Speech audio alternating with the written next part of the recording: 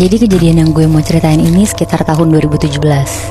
Ada seorang perempuan, kita sebut aja namanya Lina. Oke. Lina ini orang yang punya indera keenam lah, yang bisa komunikasi sama makhluk-makhluk halus. Jadi awalnya Moebi, dia bisa komunikasi sama makhluk halus tuh karena waktu kecil dia punya teman imajinasi yang selalu nemenin dia. Kayak anak-anak kan sering ya kejadian punya teman imajinasi. Iya. Nah, karena masih kecil, Lina ini mikir kalau temennya ini tuh manusia kayak Lina. Gak taunya, lama-lama Lina itu sadar kalau temennya ini tuh bukan manusia, tapi jin. Oh. Jadi jinnya ini tuh kayak nyesuain gitu Moebi. Pas Lina masih kecil, dia juga kecil. Pas udah gede, dia juga jadi orang gede. Jadi mereka tuh tumbuh besar bareng gitu. Berarti jin ini emang jin penunggu rumahnya Lina itu? Lebih ke jin yang ngikutin Lina sih Moe. Oh. Nah tapi Moe, jinnya ini tuh baik banget dan selalu ngingetin Lina untuk sholat sama ngaji.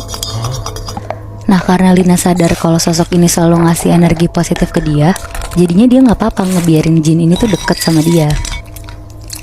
Jin ini tuh selalu ngebantuin Lina lah kalau Lina lagi butuh apa-apa. Kayak Lina dan teman-teman terdekatnya tuh sepanjang hidupnya aman-aman aja terus.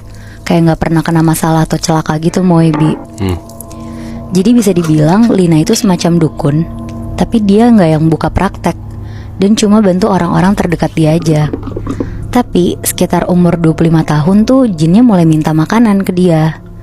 Makanannya jin tuh jorok gitu loh. Sorry ya, kayak kotoran manusia, kotoran hewan, bahkan tulang-tulang gitulah. Selama ini kalau jin itu minta tuh selalu gak dikasih sama Lina. Tapi kali ini karena Lina udah capek banget dimintain terus, akhirnya dikasih sama Lina Moebi. Singkat cerita, ada sahabatnya Lina, namanya Nisa. Dia cerita dia sakit hati banget ditinggal sama pacarnya. Ditinggalnya itu tuh karena pacarnya tiba-tiba deket sama cewek lain dan sampai jadian. Di situ Nisa nangis-nangis cerita ke Lina. Lina dengernya nggak tega banget dan jin ini tuh denger juga. Malamnya jinnya ngomong ke Lina.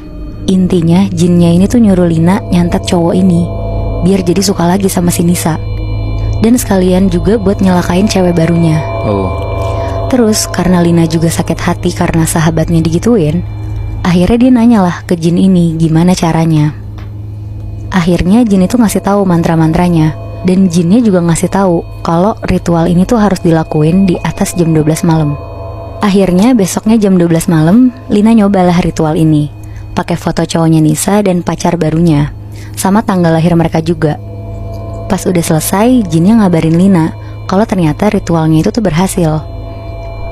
Katanya pacar barunya ini langsung muntah darah dan mantannya Nisa katanya gak peduli sama kondisi cewek barunya ini. Besokannya, Nisa langsung nelfon Lina untuk ngasih tahu kalau pacarnya ini tuh ngajak balikan. Di situ Lina lega banget dengernya dan bilang ke Nisa untuk dijaga baik-baik pacarnya. Malamnya sekitar jam 1 malam, badannya Lina ini tiba-tiba sakit banget satu badan, kayak panas dan ditusuk-tusuk gitu. Besok paginya dia tuh kebangun. Ternyata kondisi badannya tuh masih sama semalam. Terus tiba-tiba ada Nisa di depan rumahnya Lina. Nisa datang dan dengan paniknya Nisa tuh bilang, Lin, ternyata ceweknya pacar aku kemarin disantet orang. Terus Lina ini pura-pura gak tahu dan bilang, kenapa emangnya? Terus kata Nisa, ceweknya katanya muntah darah gak berhenti. Dan ternyata dia punya orang pinter yang bisa nepis kiriman itu, Lin. Oh shit. Terus si Lina tuh nanya, terus ditepisnya gimana Nis? Terus dia bilang, katanya orang pinternya ini udah ngirim peringatan pertama ke orang yang nyantet dia. Nah malam ini katanya akan dikirim lagi yang lebih parah dari semalam. Wow. Aku jadi takut Lin kalau sebenarnya pacar aku ngajak aku balikan karena santet itu. Pas denger itu Lina takut banget terjadi apa-apa sama dia malam nanti. Akhirnya dia nyuruh Nisa pulang dan Lina nyiapin energi buat malam nanti. Sekitar jam 7 malam, tiba-tiba sahabat jinnya Lina ini datang ke Lina.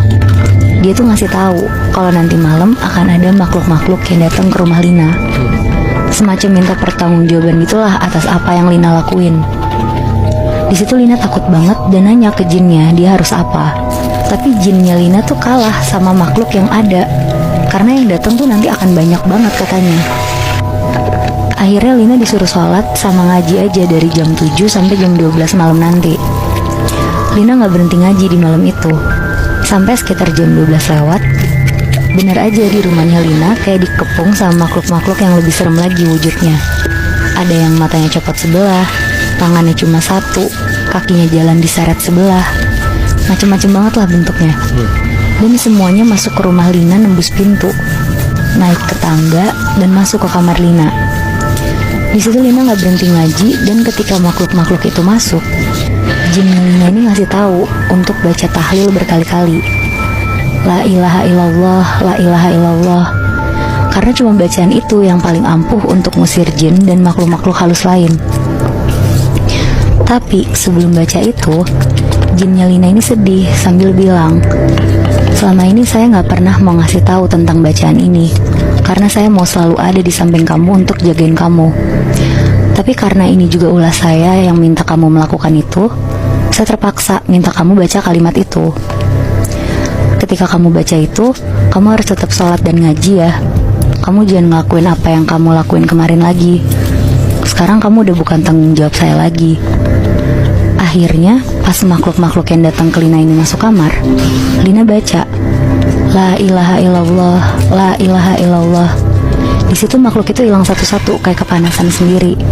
Dan di situ, jin yang selama ini ikut sama Lina juga pergi. Oh shit, berarti memang itu yang paling ampuh buat ngusir semua jin, bahkan jin yang deket sama lu gitu ya, yang baik Iya. sama lu gitu kan. Iya bener Bi. Wow. Tapi kalau dipikir-pikir, banyak banget ya pengorbanan yang harus dilewatin untuk jadi seorang dukun tuh. Belum lagi dukun-dukun ini harus berurusan sama hal gaib kan.